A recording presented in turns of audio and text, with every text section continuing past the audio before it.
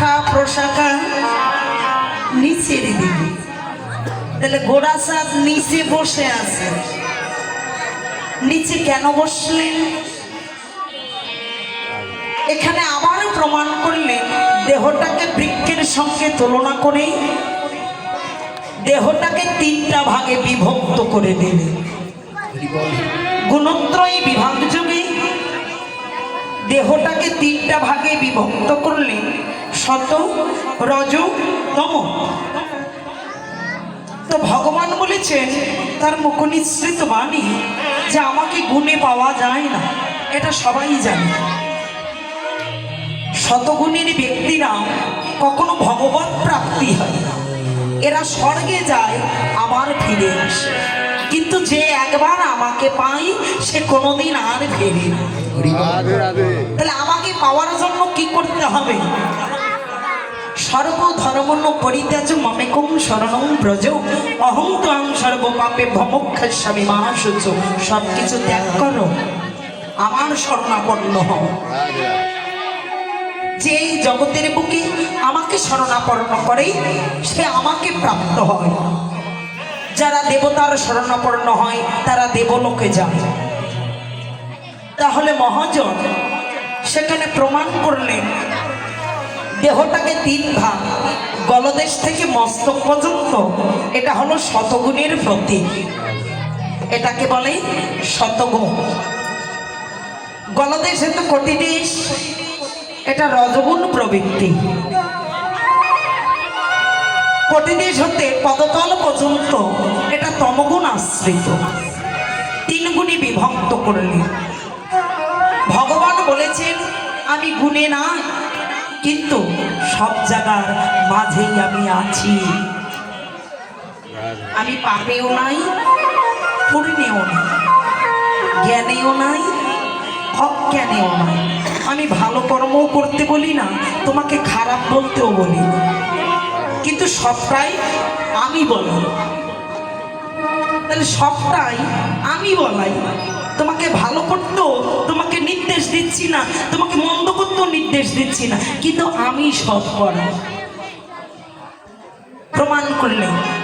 তাহলে তাকেই দেখুন ভগবান গুণে নাই, কিন্তু এখানে আবার শাস্ত্রে বললেন ভগবান নিচে বসে, বৃক্ষের নিম্নতলে বসে। কোথায়? তত্ত্বে প্রমাণ করলেন দেহটা 18 মুখা।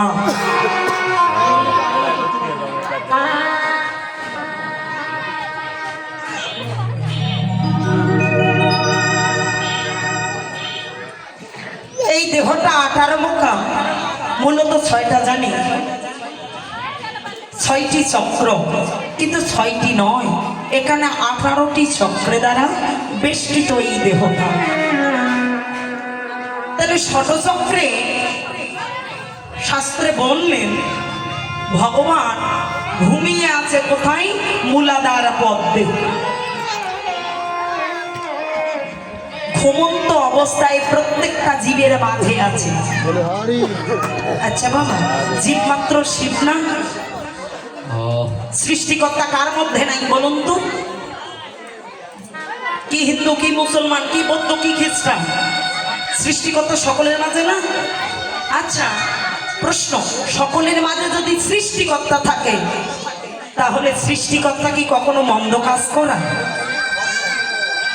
এখন বিচার করো, মন্দ কাজ করায় ভগবান করায় না। ভগবান ঘুমাচ্ছে, যার ঘরে ভগবান ঘুমিয়ে থাকে তার ঘরে অধর্ম হয়। যার ঘরে জেগে আছে তার ঘরে কোনোদিন অধর্ম ঘটে না। কোন ঘর? ওই জড় জগতের নয়, দেহটা ঘর। এই ঘরে ভগবান ঘুমাচ্ছে। চতুর্দল মূলাধারে কুণ্ডলিনী সর্বাকারে জীবাত্মাকে বন্দী করে। জীব হয়ে আছে অচৈতন্য। ছোটবেলায় গল্প শুনতাম যে শিবকে বন্দী করে রেখেছে। সত্যি শিব বন্দী অবস্থায় আছে। বন্দী যদি না থাকতো তাহলে ছেলে আবার বাবাকে মারে? অনুমান নয়, বর্তমান ছেলে বাবাকে মারে? ভাই ভাইকে মারে? অসম্ভব। বাস্তব। শিব বন্দী আছে কোথায়? মূলাধার পদ্মে। তাকে জাগাতে হবে।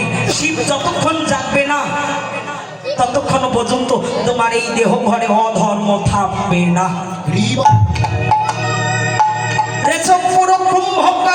গুরু দত্ত মন্ত্র বীজে কুণ্ডলে নিয়ে জাগবে নিজে। যতক্ষণ গুরুকর্ম হবে না, রেশো পুরো কুম্ভ গুরু কর্ম করো, কুণ্ডলিনী নিজেই জেগে যাবে। আর যেদিন নিজে জেগে যাবে সেই দিন ভক্ত আর ভগবানের কি আনন্দ আনন্দ। তাই বলেছে সুরধ্বনির তীরে নবভাণ্ডিরে তলে। তাহলে সুরধ্বনি একটা স্থানের নাম, যেখানে প্রত্যেকটা মুহূর্তের নাম প্রেম যুক্ত হয়। নাম আর প্রেম এটা হলো সুরধ্বনি। শাস্ত্র বললেন এটা বহিরঙ্গ। তাহলে বহিরঙ্গের সুরধ্বনি এলাহাবাদের পাশে, যেখানে তিনটা নদীর মিলন হয়, গঙ্গা যমুনা সরস্বতী, ত্রিবিধ ধারার মিলন, এটা হলো সুরধ্বনি গঙ্গা। এই সুরধ্বনি গঙ্গায় হে মূর্খজি, একবার যদি তুমি ডুবিতে পারো তোমার মানব জন্ম ধন্য। তাহলে সুরধ্বনি গঙ্গা ওটা তো ভারতে, তাই না? সেখানে ডুবতে হবে, স্নান করতে হবে, ত্রিবিধ ধারায় স্নান করো। আজকে যেমন ব্রহ্মপুত্র লাঙ্গল বন্দরে ব্রহ্মপুত্র স্নান হচ্ছে, হয়ে গেছে। আচ্ছা, এই স্নান করে কি না? দেহের পাপ ময়লা ধুয়ে যায়। এটা কি সত্যি? না, ওই যে ওরা যায় তাই আমিও যাই, তাই না? ওরা যাচ্ছে তাই আমিও যাচ্ছি, ওরা ডুবছে আমিও ডুবছি, তাতে কতটা পুণ্য হলো? শাস্ত্র বললে ভগবান ভগবান বলে জীব সর্বদা কাঁদে। ভগবান যে ঘরে আছে ওই ঘরটাকে না ভালো করে দেখে। আসল ঘরে মশাল নাই, ঢেকির ঘরে লাগাও বাতি। ভগবান যে ঘরে আছে সেই ঘরের খবর নাই, নকল ধরে টানাটানি। ভগবান যার ঘরে তার ঘরের খবরে নকল ধরে টানাটানি, নকলের সন্ধান করছে। তাহলে শাস্ত্র বললে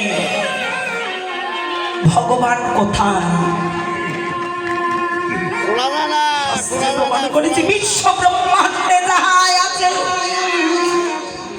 স্থাবর অস্থাবর, নদ নদী, মানব দানব, দেবতা অসুর, যাহা দেখছেন এই ব্রহ্মাণ্ডে তাহা আছে আমার ভগবানের দেহ।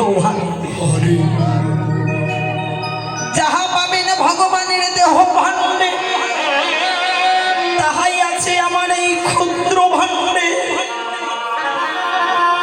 ভগবানের ভাণ্ডে যাহা যাহা আছে আমারও ভাণ্ডে তাই আছে। ক্ষুদ্র ভাণ্ডে তাহা পাই যদি গুরুদেব কৃপা করে, তবে জানতে পারে। আচ্ছা বলো, গুরুদেব কি সবাইকে কৃপা করে? মা, সবার প্রতি গুরুদেব কৃপা করে? সবাই গুরুর কৃপা পায় না। একটা ক্লাসে টিচার সবাইকে সমানভাবে শিক্ষা দিচ্ছে, কিন্তু 40 থেকে 45 বা 50, 100 জন স্টুডেন্ট আছে, এর মধ্যে গোল্ডেন পায় 2-1 জন, তাই না? আর বাকিগুলো ফেল ডিভিশন। আচ্ছা, টিচার কি কম ভাবে পড়িয়েছে বাবা? না, সবাইকে সমান শিক্ষা দিবে। তাহলে গুরুদেবের কৃপা, টিচার অর্থাৎ গুরু, শিক্ষকই তো গুরু, শিক্ষকই গুরু। তাহলে গুরুর কৃপা সবাই পায় না। কারা পায়? মহাজন বললেন, যারা যারা গুরু কৃপা পায় তারা ঘরে বসে ভগবান দেখিতে পায়, যারা গুরুর কৃপা পায় না তাদের মানব জন্ম পাওয়া না পাওয়া দুটাই সমান। যারা গুরুদেবের কৃপা করুণা পায় না তাদের এই দেহ পাওয়া আর না পাওয়া দুটাই সমান সমান। কৃষ্ণ কৃপা জগৎময়, গুরুদেবের কৃপা কোনো কোনো ভগবান ভাগ্যবতী পায়, গুরুদেবের কৃপা পায় না তো। গুরুদেব কানে কানে একটা নাম দেয়, যে নাম স্বামী তার স্ত্রীকে বলতে পারে না, বলবেও না। স্ত্রী স্বামীকে বলে না, বাবা তার ছেলেকে বলছে না, ছেলে তার বাবাকে বলে না, অথচ সব সম্পত্তি সমান ভাগ হয়। সম্পত্তির ভাগ সমান না?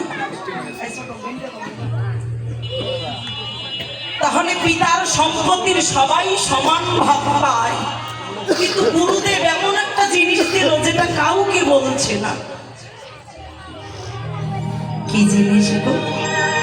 যেটা পরপারের তরি, কানে কানে দিলে এক মনে এক চিত্তে মনকে স্থির করতে বললেন। কোথায়? সুরধ্বনির ধারায়। সুরধ্বনি কাকে বলে? গঙ্গা, যমুনা, সরস্বতী। হে কলিজি, তোমার দেহ ঘরে আছে ৭২,০০০ নারী। ৭২,০০০ নারীর থেকে ৩টা নারী শ্রেষ্ঠ। ইরা, পিঙ্গলা, সুশর্মা নারী। ইরা নারীকে বলা হয় গঙ্গা, পিঙ্গলা হলো যমুনা, সুশর্মা নারী হলো তোমার সরস্বতী নারী। 3টা নারী যাকে বলে গঙ্গা, যমুনা, সরস্বতী, ইরা, পিঙ্গলা, সুশর্মা নারী। নাভি দেখে না বাবা? নাভি দেখে তো? কোনো ব্যক্তি অসুস্থ হলে ডাক্তারে নাভি দেখে। দেহ ঘরে ৭২,০০০ নারী আছে, তো এই নারীগুলো চলে কিনা? যিনি বৌদ্ধ নাভি ধরলে বুঝতে পারে। তাহলে 3টা নারীর খেলা হয়, সেইখানে গিয়ে তুমি মন স্থির করো। দ্বিদল পদ্ম, যাকে বলা হয় জড়জগতে 2 ভুরুর মাঝখান, এটাকে বলা হয় দ্বিদল পদ্ম। গুরুদেব বলছে, মনকে ওই দ্বিদল পদ্মে নিবিষ্ট কর। নিবিষ্ট করে এক মনে এক চিত্তে ইষ্ট নাম জপ কর। ইষ্ট নাম যদি জপিতে পারিস, দ্বিদল পদ্ম অতিক্রম করে তুই আজ্ঞা চক্রে যাবি। যেদিন আজ্ঞা চক্রের ঊর্ধ্বে যাবি, নিরালম্ব পুরীতে মিলন হবি, তোর মানব জনম আর হবে। ভগবানের চরম সেবায়।